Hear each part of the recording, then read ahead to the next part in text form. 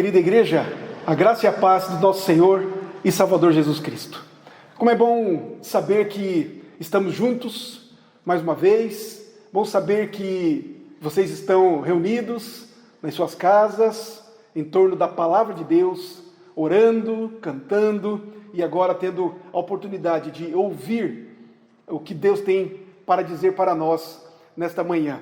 E assim, nós queremos hoje compartilhar, queremos estudar o texto da palavra de Deus, palavra do próprio Senhor Jesus, um texto muito rico, que creio vai nos encher de alegria, de vigor, de encorajamento, vai de fato transbordar a nossa vida, o nosso coração de amor, de graça, para com Deus e para com as outras pessoas também.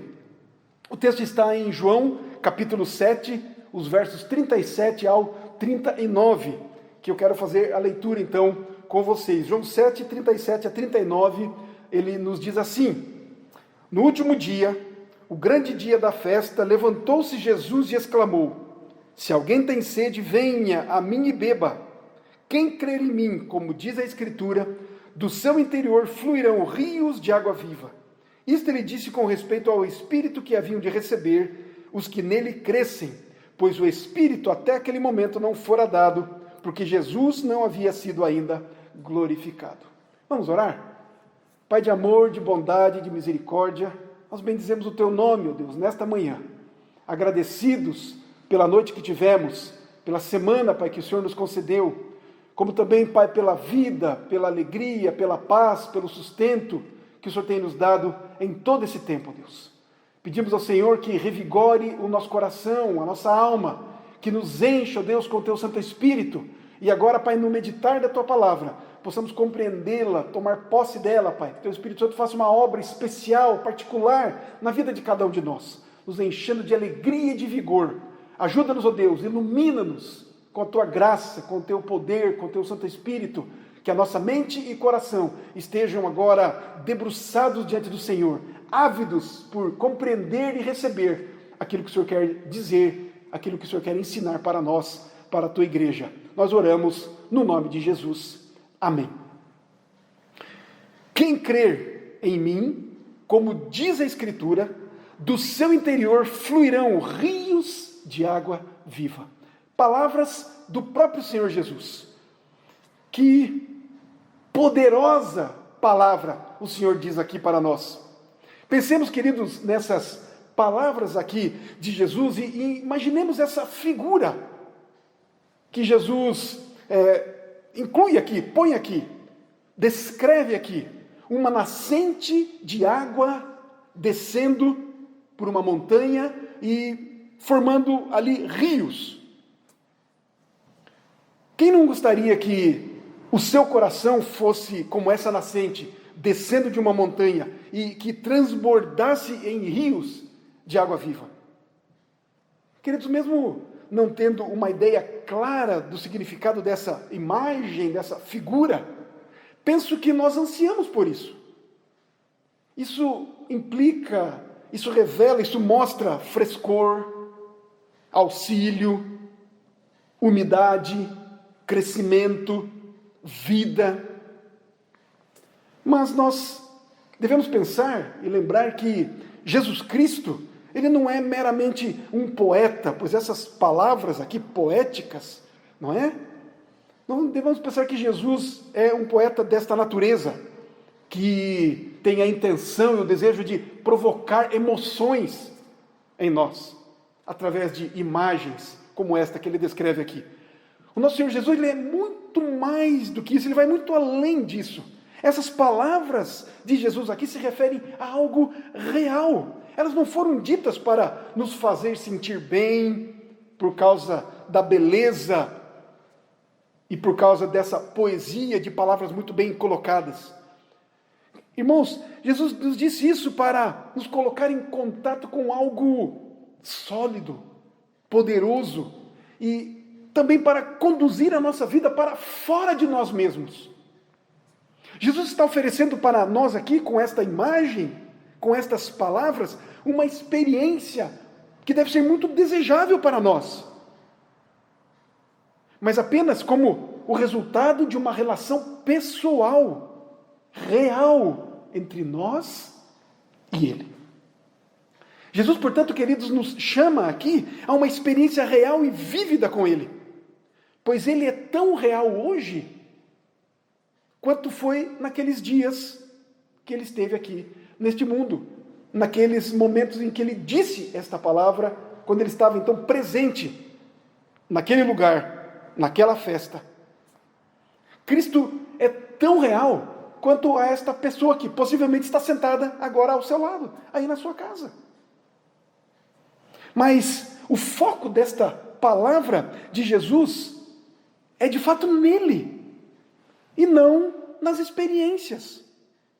Porque, queridos, nenhuma experiência tem real valor se não tiver como foco vivo e verdadeiro o próprio Senhor Jesus. A nossa experiência, sem dúvida, a nossa experiência com Deus, com Cristo, no poder do Espírito Santo do Senhor, de fato é essencial. Mas essa experiência e os resultados dela vão escapar pelos nossos dedos, pelos vãos dos nossos dedos, e vai desaparecer se nós focarmos exclusivamente na experiência, e não em Cristo, na sua pessoa.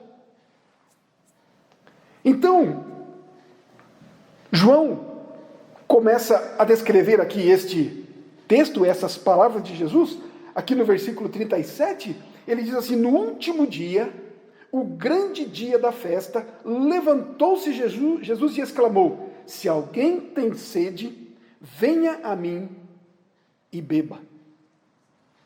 A festa a que Jesus está participando, a que João então descreve, é a festa dos tabernáculos, ou a festa das tendas, também chamada a festa das colheitas.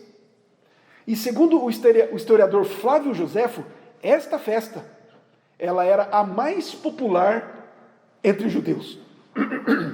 Mais popular do que a festa da Páscoa, do que a festa de Pentecostes, sendo as 3 festas mais importantes do calendário judaico, instituídos então por Deus ao seu povo. Nós muitas vezes pensamos que a Páscoa, a festa da Páscoa para os judeus é a mais importante ou a mais popular, não é?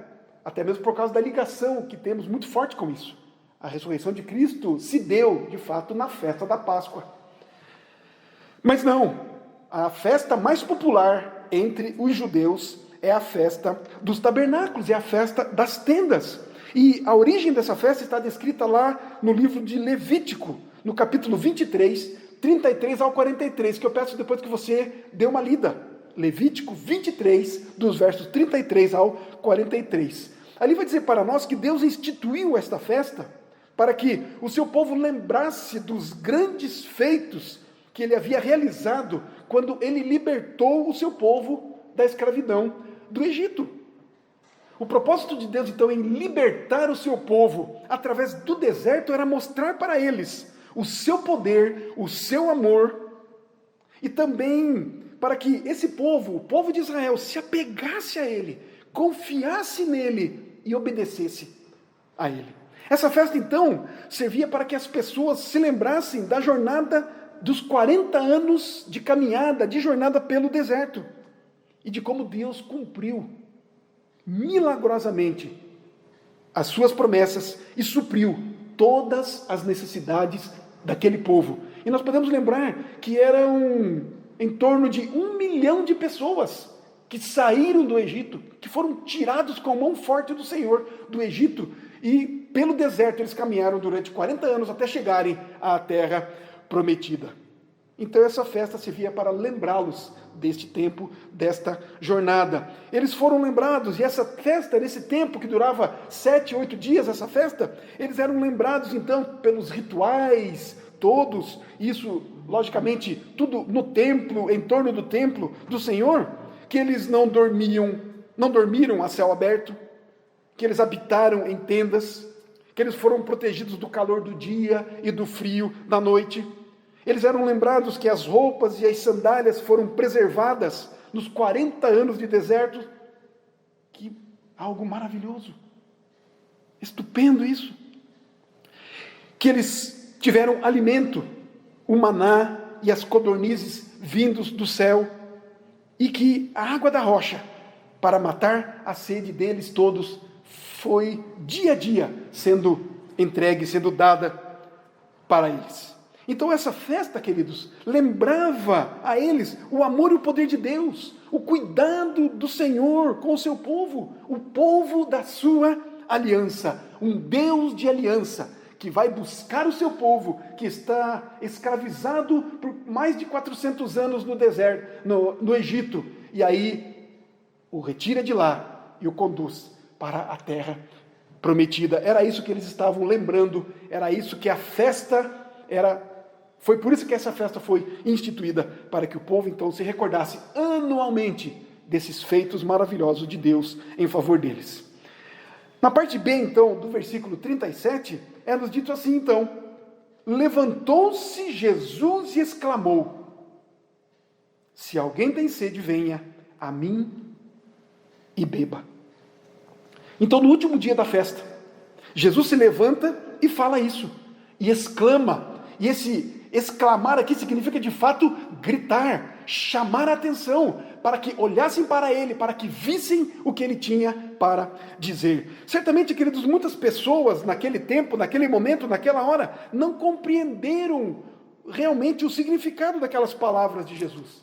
Mas Jesus sabia o que estava dizendo, sem dúvida alguma. Na verdade, queridos, Jesus não fez nada e não faz nada no seu ministério sem objetivo. Tudo o que Jesus fez e o que ele disse, tudo, nos mínimos detalhes, tinha algum objetivo. E João, aqui no seu livro, mostra para nós que Jesus era o cumprimento de todas as festas judaicas do Antigo Testamento. No sentido de que o poder salvador e a graça de Deus que os judeus celebravam nessas festas, e nessa festa agora especificamente, estavam agora presentes e disponíveis exclusivamente em Cristo. Tudo, queridos, no Antigo Testamento apontava para um momento de cumprimento, de realização. E Jesus é esse cumprimento. E com essas palavras, ele diz, ele levanta, ele exclama, ele chama a atenção daquele povo: se alguém tem sede, venha a mim e beba. Alguns exemplos dos fatos do Antigo Testamento, narrados nas Escrituras. Por exemplo, o tabernáculo no deserto e depois o templo eram os lugares onde as pessoas se encontravam e adoravam a Deus. O tabernáculo lá no deserto, construído a mando de Deus. Depois o templo era a representação, o simbolismo da presença de Deus no meio do seu povo. É quando o povo então ia nesses lugares, tanto no tabernáculo quanto no templo, é que eles se encontravam com Deus. Eram as figuras, isso eram figuras da presença de Deus, que apontavam para Cristo, que agora estava no meio deles, que estava ali. Cristo é a realidade, Cristo é o cumprimento dessas coisas. João 1,14 fala exatamente isso. Diz assim: e o Verbo se fez carne e habitou, tabernaculou é a palavra aqui, entre nós, cheio de graça e de verdade, e vimos a sua glória, glória como do unigênito do Pai. Queremos ver a Deus, queremos ter um relacionamento com Deus, olhemos para Jesus, vamos a Jesus. Aqui no capítulo 2, verso 19 de João, mais um exemplo. Jesus vai nos dizer, referindo-se ao seu próprio corpo, mas também aludindo ao templo de Jerusalém. Ele diz aqui em 2,19: destruí este santuário e em 3 dias o reconstruirei. Nós não encontramos mais Deus no tabernáculo ou no templo. Nós nos encontramos com Deus, nós encontramos a Deus em Jesus, em Cristo Jesus. Um pouco mais adiante, aqui em João 6, os judeus vêm e pedem um sinal a Jesus, igual os sinais que Moisés deu ao povo no deserto, como o maná, por exemplo.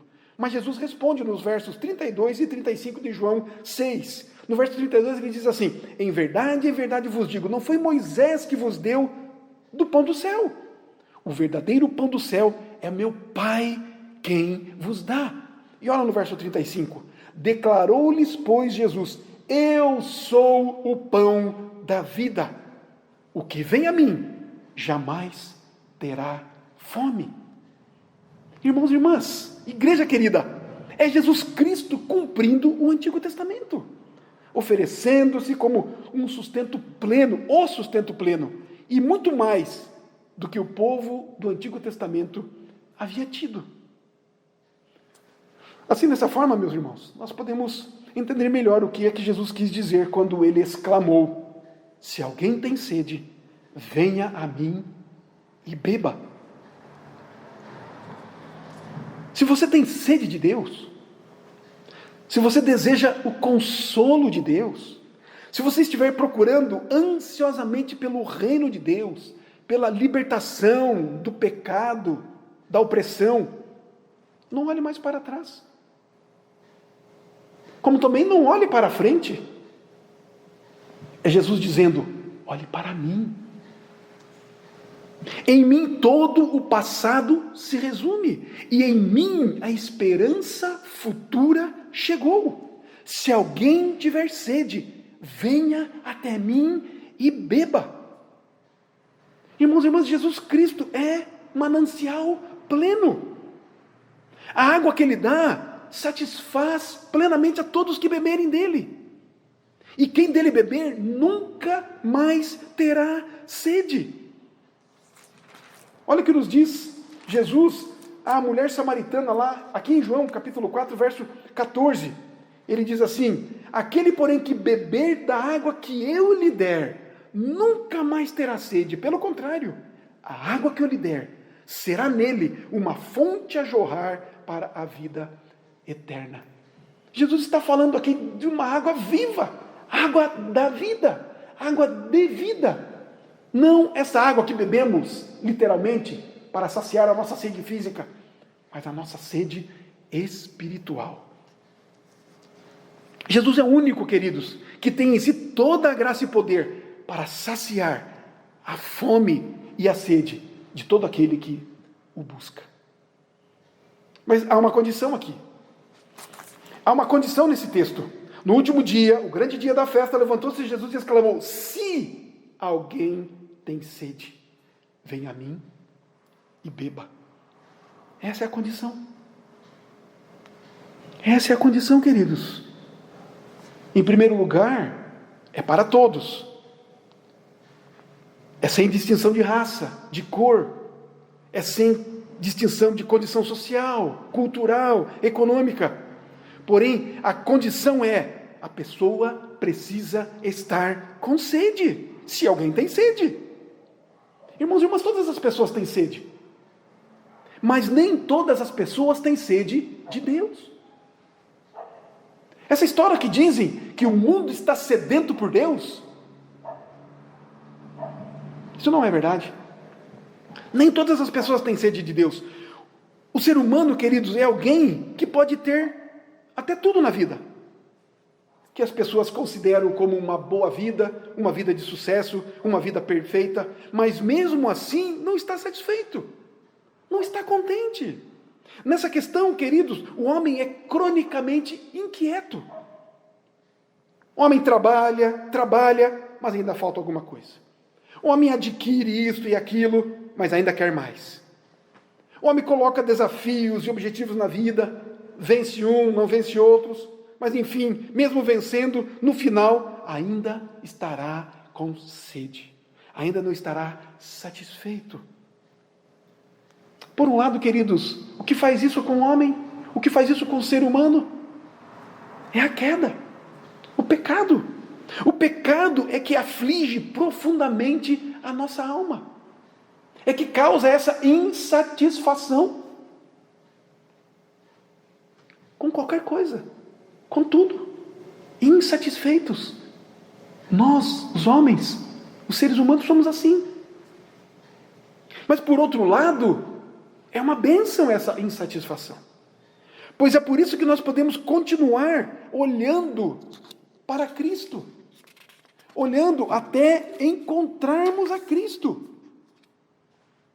Nós somos afligidos, por um lado, por causa do pecado original, o pecado de toda a humanidade, o pecado que está impresso em cada um dos seres humanos.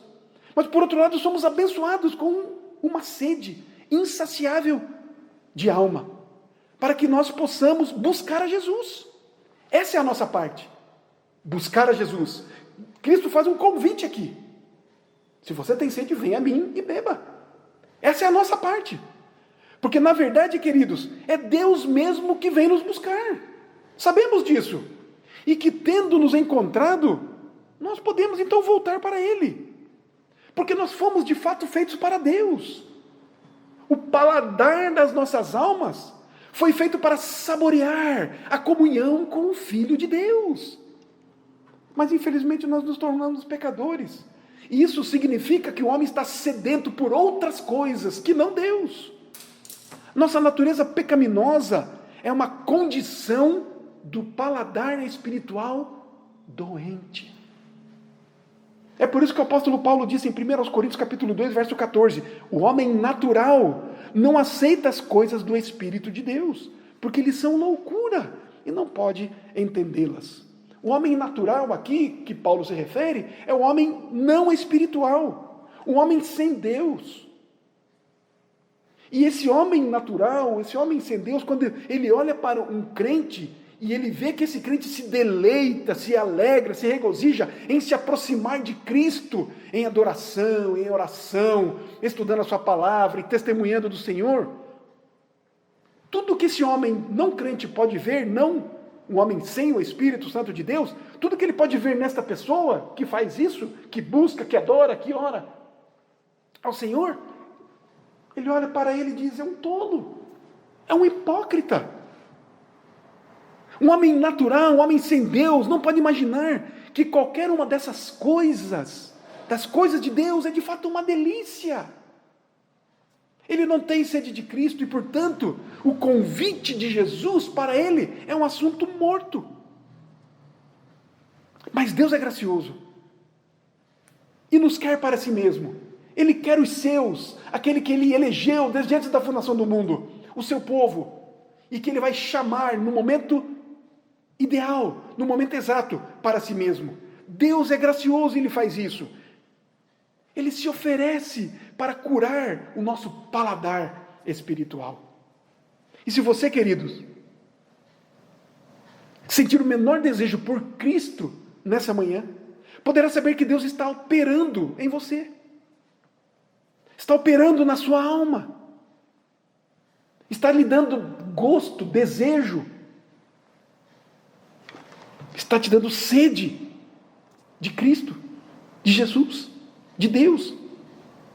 Não deixe que isso morra. Apocalipse 22, 17, o mesmo João escreve assim, o Espírito e a noiva dizem, vem. Aquele que ouve diga, vem. Aquele que tem sede, venha. E quem quiser receba de graça a água da vida. É interessante Jesus falar aqui a respeito de beber, não é? Venha a mim e beba. Olha o que nos diz João 6:35. Volta um pouquinho aí na sua Bíblia. João 6:35. Declarou-lhe, pois, Jesus, eu sou o pão da vida. O que vem a mim jamais terá fome, e o que crê em mim jamais terá sede. Portanto, queridos, nós podemos compreender aqui que a essência de beber a palavra de Jesus é confiar nessa palavra, é esperar nessa palavra. Mas o inverso também é verdadeiro, porque a essência de crer em Jesus é encontrar nele satisfação. A satisfação da mais profunda sede da nossa alma. Portanto, beber aqui é crer em Cristo. Crer aqui é beber de Cristo. O escritor de Atos dos Apóstolos, Lucas, ele escreve a certa altura, lá no seu livro, assim, mais bem-aventurado é dar do que receber. É muito interessante nós pensarmos também nesta questão. Porque o que Jesus está dizendo aqui agora, no versículo 38, aqui de João 7, ele diz o seguinte: quem crer em mim, como diz a Escritura, do seu interior fluirão rios de água viva. No 37 ele diz: se alguém tem sede, venha a mim e beba. Mas se você crer em mim, do seu interior vão fluir rios de água viva. Qual é a diferença desse texto que acabamos de ler, texto que estamos estudando, para João 6:35 que nós lemos? Jesus promete que, se nós cremos nele, nós nunca teremos sede. Ele se concentra então na nossa satisfação, no nosso contentamento, aqui em João 7:37. Ele diz que se nós bebermos na fonte das promessas de Jesus, o nosso copo, o nosso cálice estará sempre cheio, até a borda. Não sentiremos a necessidade de encher o copo de nossa necessidade com algum prazer ou conquista mundana. Mas esse nosso texto diz ainda mais. Ele diz que aquele que crê em Cristo, como a Escritura diz, do nosso coração fluirão rios de água viva. A promessa, portanto, queridos, e a diferença agora do 37 para o 38, comparando com o verso 35 do capítulo 6 de João, é que a promessa, queridos, não é apenas para que nós fiquemos satisfeitos. Não apenas satisfazer a nossa alma, mas é que nós seremos satisfatórios. Ele promete não apenas que o nosso copo esteja cheio, mas que também transbordará para os outros. Ao beber de Jesus, tornamos-nos não apenas um receptáculo, mas uma fonte. Jesus promete que, se crermos nele com o coração, 3 fatos então vão acontecer. Em primeiro lugar, ele diz que nós teremos um relacionamento eterno com Cristo. A salvação. Venha a mim e beba. É a salvação. Porque todo aquele que nele crê, para todo aquele que nele crê, não pereça, mas tenha a vida eterna. Em segundo lugar, vai haver uma satisfação da nossa alma. Se você tem sede, venha a mim e beba. A satisfação da nossa alma será plenamente completa.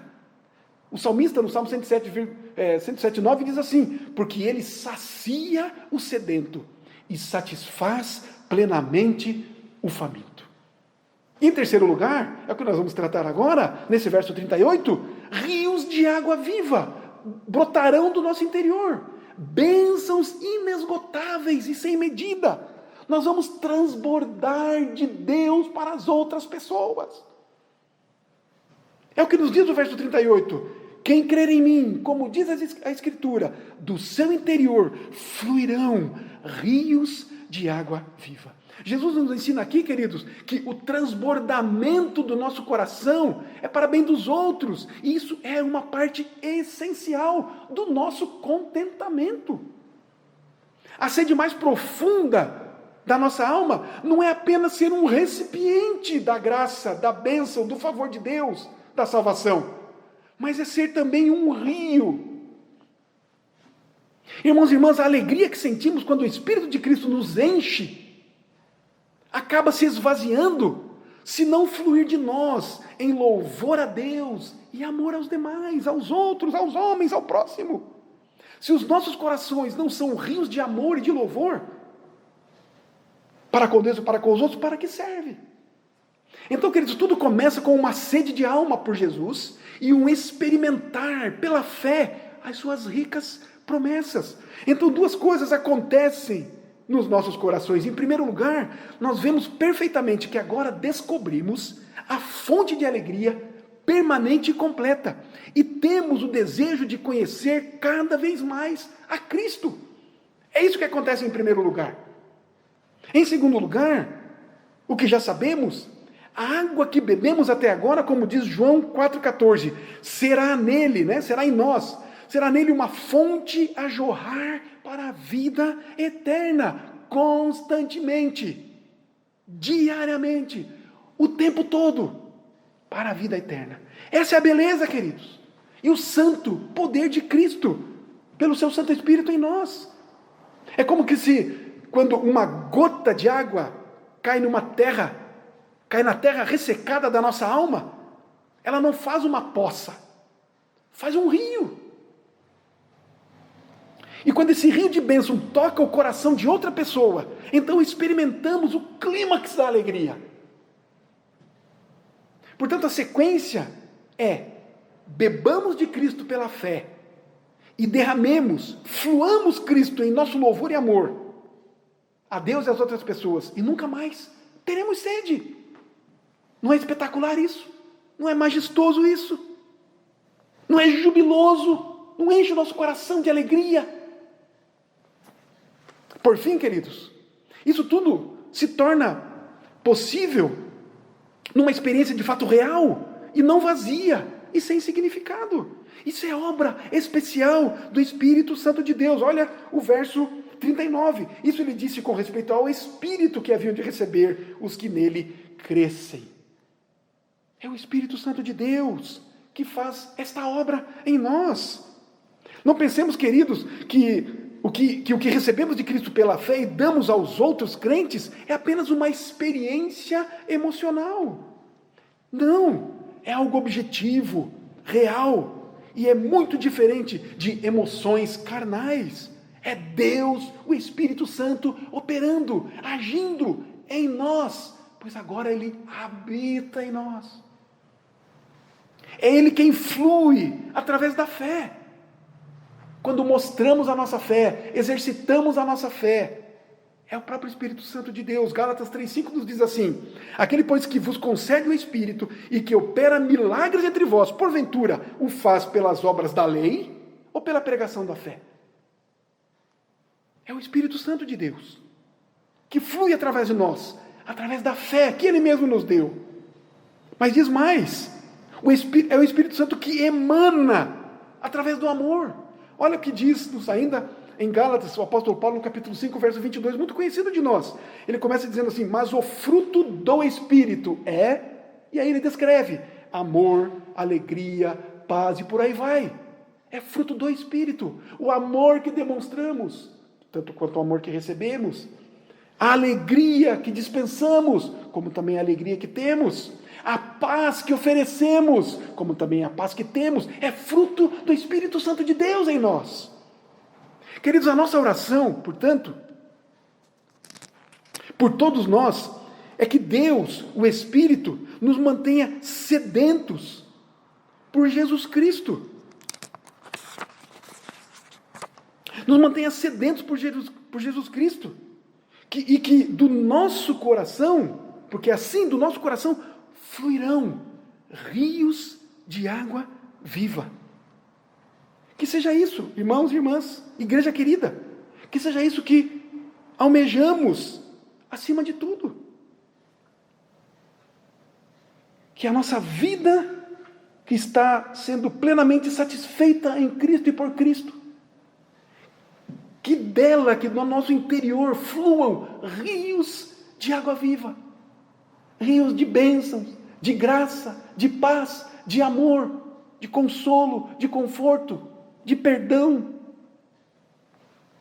Obras do Espírito Santo de Deus, do Espírito de Cristo em nós, em favor dos outros, para a glória de Deus, para a satisfação nossa, para a alegria daqueles que conosco convivem, em nome do nosso Senhor Jesus. Amém. Vamos orar? Querido Deus, nós te bendizemos por tua palavra. Louvamos o teu nome por Cristo Jesus, porque nele a nossa sede é saciada. Porque nele e dele e de dentro de nós, portanto, agora fluirão rios de água viva. E assim o nosso testemunho será jubiloso, grandioso, poderoso.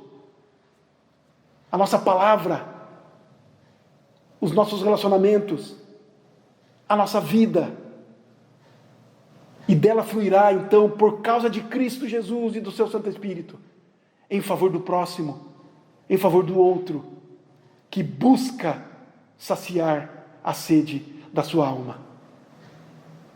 Ó Deus querido, que seja assim comigo, com você, que seja assim conosco, com a igreja do Senhor Jesus Cristo. Que do nosso interior flua rios de água viva. Em nome do Senhor Jesus. Amém. Que a graça do nosso Senhor e Salvador Jesus Cristo, o amor de Deus, o nosso eterno Pai, as consolações, as virtudes, a presença, o poder do Espírito Santo de Deus, fluindo em nós, através de nós, abençoe a igreja aqui e em toda a terra, hoje e para todo sempre. Amém.